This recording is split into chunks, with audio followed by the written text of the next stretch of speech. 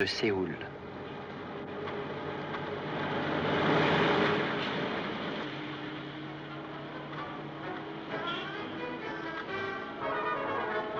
Séoul, une grande ville, la capitale de la Corée. 2 fois perdue, 2 fois conquise.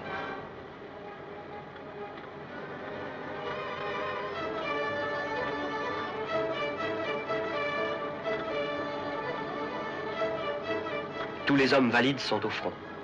Au carrefour des grandes rues, des femmes font la police. Et déjà dans les ruines, le long des routes, la vie renaît. Des petites boutiques en plein vent font des drapeaux, des miroirs, des disques au convoi qui passe. Dans les campagnes, la guerre est allée plus vite, épargnant les fermes au milieu des rizières.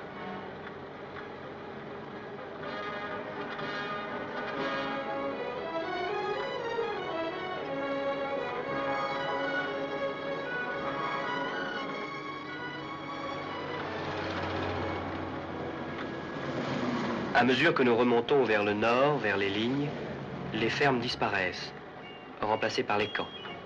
Bases arrières, des corps d'armée, des divisions, des régiments. Je voyais pour la première fois l'insigne fameux, l'étoile blanche à tête d'Indien de la 2e division à laquelle nous étions rattachés. C'est une division d'élite de l'armée américaine. Ces drapeaux portent les noms de la Marne, Saint-Mihiel, l'Argonne.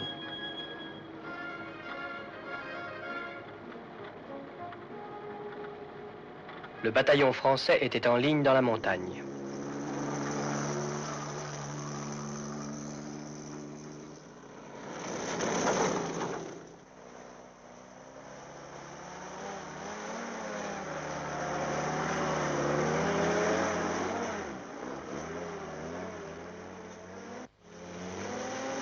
La Jeep me déposa devant le poste de commandement.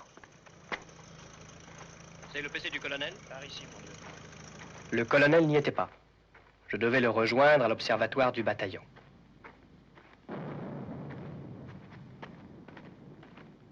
Cela ne me déplaisait pas, car j'allais découvrir nos positions et les lignes chinoises. Mais je n'en eus guère le temps. Sous-lieutenant Garcet, sortant de l'école de Coët-Quidan. Garcet, je vous souhaite la bienvenue au bataillon français de l'ONU. Avez-vous déjà eu un commandement au feu? Jamais, j'ai demandé la Corée pour ça, mon colonel. Je n'ai actuellement aucune place de chef de section. Vous parlez anglais? Oui.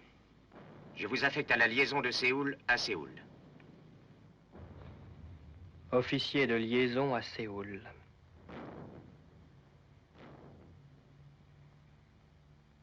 Demain matin, je redescends à l'arrière et j'entre dans mes nouvelles fonctions de gendarme et de facteur. Vous penserez qu'elle était bien inutile et cruelle, cette séparation, n'est-ce pas?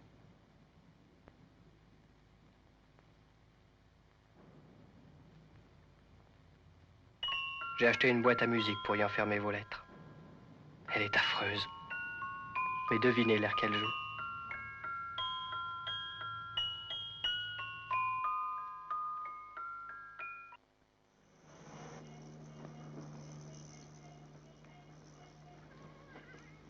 On rencontrait à Séoul des soldats de toutes les nations. Je représentais le bataillon français auprès de l'état-major de la 8e armée. Le prestige des Français était grand, et j'en profitais bien malgré moi. Bonjour, mon lieutenant. Bonjour. Nous faisons partie du Royal Canadien. Ah, bonjour, mon lieutenant. Bonjour. Ça fait plaisir de voir un Français. Des cigarettes, Bonjour. des cigarettes canadiennes. Merci. Attendez, du feu? Merci. Vous vous souvenez quand nous étions à Ouéjambout, dites? Excusez-moi, je n'étais pas à Ouijon.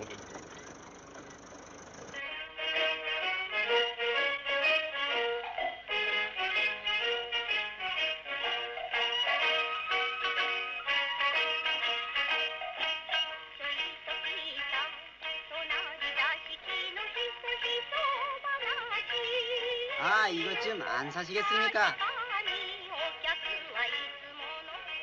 Je ne cherchais rien dans ces marchés parmi les ruines où toute la vie semblait s'être réfugiée que cette vie grouillante, ce contact avec une autre civilisation, un autre monde.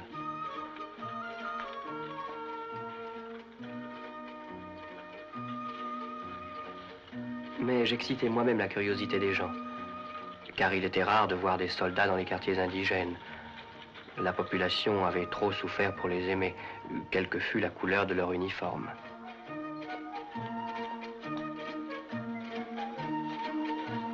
On souriait cependant de ma bonne volonté. Et pour mon indiscrétion d'occidental, d'honorables vieillards en costume traditionnel voulaient bien avoir quelque indulgence. Mais je ne pouvais m'y tromper. Derrière le sourire, il y avait la misère d'un peuple.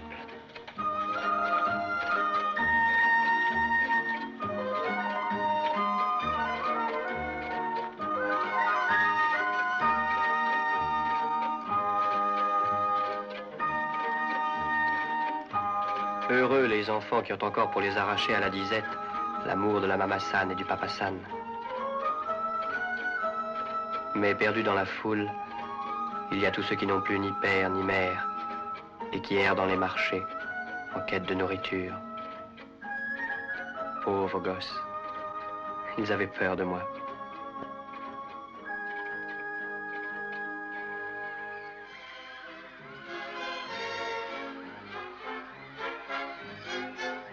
Les missions chrétiennes venues d'Europe ont créé partout des foyers pour recueillir ces enfants et leur rendre goût à la vie.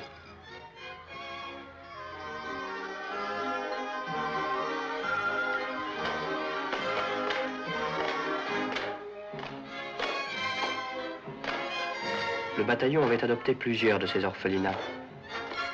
Et j'avais plaisir à les visiter, car j'y retrouvais des religieux français établis depuis très longtemps dans le pays. Sœur Thérèse de l'Enfant Jésus. Bonjour. Sœur Marie-Jeanne, coréenne, depuis 36 ans, sœur assistante. Bonjour, ma sœur. Notre mère provinciale, en Corée, depuis 38 ans. Bonjour, Bonjour, ma mon mère. lieutenant. Sœur Agathe, à Taïgu, depuis 30 ans. C'est l'économe de Mon l'émission. lieutenant, Notre sœur supérieure, qui était infirmière à Verdun. Vous savez, lieutenant, en 1914, quand on nous parlait de la guerre de 70, nous disions que l'on radotait, mais maintenant, nous risquons d'en faire autant. parlez-nous de ce que vous faites au bataillon. Les Américains disent que vous faites des attaques à la baïonnette. Est-ce que c'est vrai? Mes camarades certainement se sont conduits magnifiquement, mais je serais bien en peine de vous en parler car je n'y étais pas. Je viens juste d'arriver au bataillon. Croyez bien que je le regrette.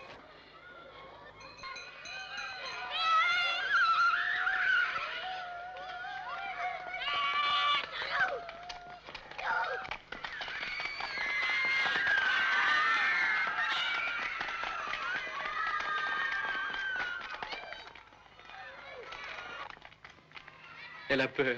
On dirait qu'elle a peur de moi. Ses parents ont été tués sous ses yeux dans un bombardement. Le cas n'est pas rare, hélas. Dans toutes ces villes détruites, combien de misère. Combien d'enfants se cachent et vivent seuls ou par bandes, comme des bêtes.